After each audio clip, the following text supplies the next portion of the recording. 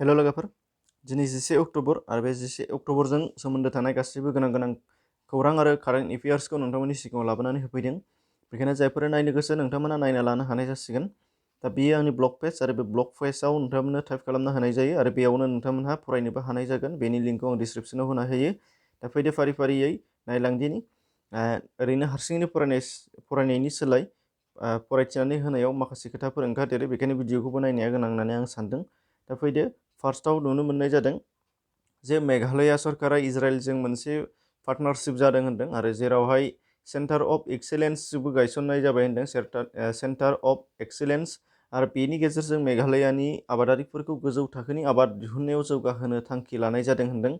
माने मेघालयाया मोनसे hills area, हाजो जायगा, बेखायनो बेयाव आबादनि थाखाय जोबोद गोग्लैसोनाय आरो गोदान आदब गैया। दा बेखायनो इजराइल हादरनि सरकारजों सोमोन्दो खालामनानै बिथांमोनहा गोदान मुगानि बा गोदान आदबै हाजो एरिया एबा मेघालयानि आबादारिफोरखौ जौगाहोनो थाखाय सेन्टार अफ एक्सेलेन्स गायसननाय जाबाय आरो इजराइलजों पार्टनार जानाय जादों होनदों। दा मेघालयानि खोथा बुंदों, मेघालयानि चिफ मिनिस्टारा सोर जानानै दङ? कनराड सांमा। गभर्नर जानानै दङ सत्यपाल मालिक आरो केपिटेला शिलं, बयबो मिथिगौ, खाथियावनो थानाय जोंनि रायजो। दा बुहुमनि बांसिन अखा हाग्रा जायगा बेयो जाबाय मौसिनराम, सेरापुन्जिनि मौसिनराम, बेबो बाहायनो दङ। फारसेथिं इजराइलनि सोमोन्दै नोंथांमोना मिथियाबो जानो हागौ, नायना लाबानो जाखाबाय।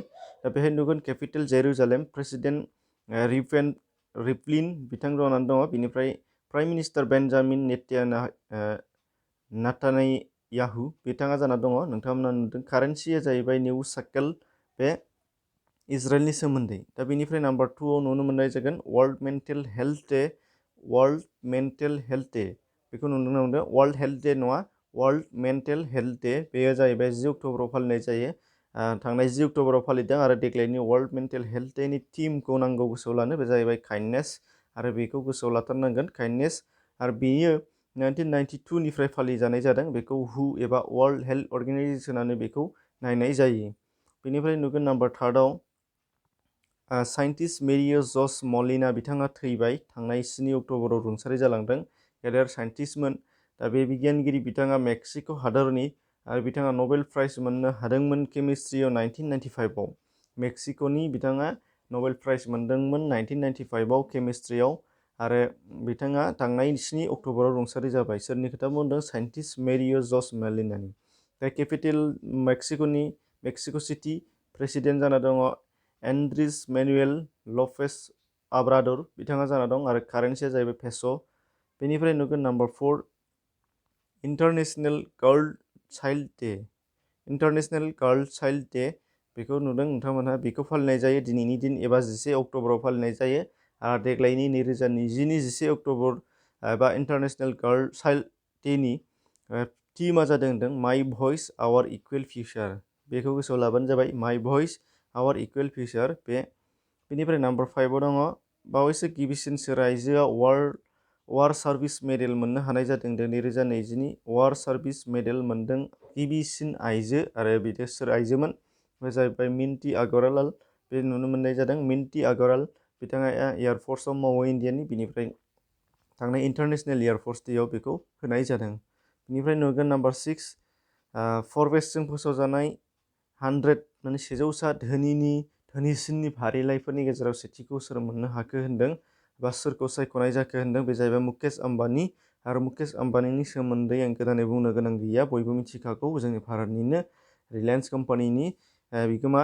बेनिफ्राय नाम्बार 7आव नुनो मोननाय जादों बबे रायजो सरकारा आबादारिफोरनि थाखाय किसान राथ मबाइल एप फोसावनाय जाबाय होनदों?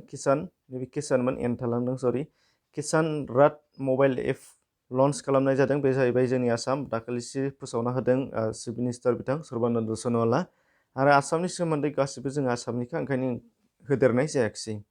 बेनिफ्राय नाम्बार 8आव दङ पिस नबेल प्राइजनि फिफ्थ प्राइजखौ सोर मोननो हाखो होनदों? बे देग्लाय आङो नबेल प्राइज उइनारफोरखौ गासैखौबो खिन्थाखाजोब्बाय, नाथाय नैबे फिफ्थ प्राइजखौ खिन्थानाय जायाखैमोन। बे जाहैबाय वर्ल्ड फुड प्रग्रामा मोननाय जादों। वर्ल्ड फुड प्रग्रामनो नबेल फिस प्राइजखौ होनाय जाबाय होनदों। बेनिफ्राय नाम्बार 9 बबे रायजोनि चिफ मिनिस्टारा चिफ मिनिस्टार सलार इमप्लयमेन्ट स्किम फोसावनाय जादों? बेखौ नुनो मोननाय जादों चिफ मिनिस्टार सलार इमप्लयमेन्ट स्किम, बेखौ फोसावदों जोंनि भारतनि बबे रायजोआ? बे जाबाय उत्तराखन्ड। आरो उत्तराखन्डनि सोमोन्दै गासैखौबो डिटेल्स खिन्थाखांखाबाय, नै सानसेल' जादों। सिगांनि भिडिअआव नोंथांमोननो बेखायनो होदेरनाय जायाखिसै। चिफ मिनिस्टारा जानानै दङ त्रिपेन्द्र सिं रावत बिथां। दा बिथाङा गावनि फान्डनिफ्राय चिफ मिनिस्टार सलार इमप्लयमेन्ट स्किम फोसावनानै होनाय जादों होनदों।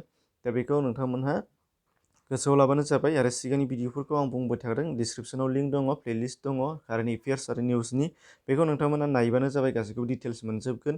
दिनै रबिबार, गोबां कारेन्ट एफेयार्स होग्राफ्रानो रबिबाराव गासैबो सप्तानिखौ जथायनानै होनाय जायो, नाथाय आङो होनाय जाया, सानफ्रोमबो होनाय जायो हिसाबै बेखौ नोंथांमोना गावबा गावनो डेट वाइस नायनानै नायहैनो हानाय जायो। भिडिअखौ जेबो नङा, गोरलैसो। दा जायफोरा गोदानै फैदों चेनेलाव साबस्क्राइब खालामाखैबा खालामना लाब्लानो जाबाय। बेनिफ्राय लास्ट कुइसनाव दंमोन, बबे रायजो सरकारा जगन्ना कनुका स्किम फोसावदोंनो। जगन्ना कनुका स्किम, बे जाहैबाय अन्ध्र प्रदेश। आरो अन्ध्र प्रदेशनि सोमोन्दै नोंथांमोना नायना लानो हानाय जागोन। चिफ मिनिस्टारा जाना दङ वाइ.एस. जगनमोहन रेड्डी। केपिटेला जाबाय विशाखापट्टनम। बेनिफ्राय गभर्नर बिश्वभूषण हरिचन्दन जाना दङ। दा बे दिनैनि थाखाय बेखिनि, आरो गाबोननि समाव नोंथांमोननोबो बे फुंनि एखे समावनो नोंथांमोना मोननो हानाय जागोन बर'नि कारेन्ट एफेयार्स। गोजोन्थों।